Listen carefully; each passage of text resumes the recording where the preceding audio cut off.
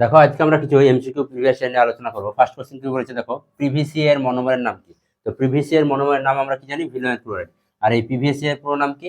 Polyvinyl chloride. তাহলে previous year পুরো নাম কি বললাম?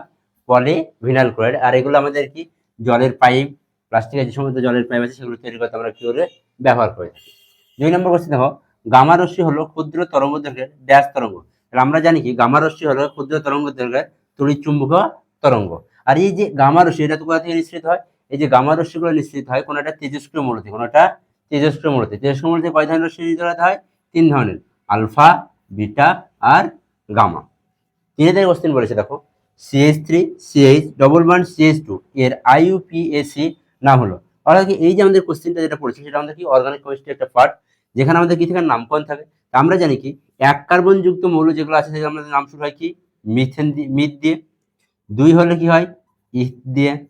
3 হলে কি হয় পোপ দিয়ে। তাহলে এখানে কটা কার্বন আছে দেখো, 1 2 3, 3টে কার্বন আছে। তাহলে এর নাম কি দিয়ে শুরু হবে? নিশ্চয়ই পোপ দিয়ে শুরু হবে। তাহলে এর নাম হচ্ছে কি যে প্রোপিন। এর নাম কি? প্রোপিন। এখানে ইন আছে কার জন্য? এখানে যে ডবল বন্ধনী আছে তাই।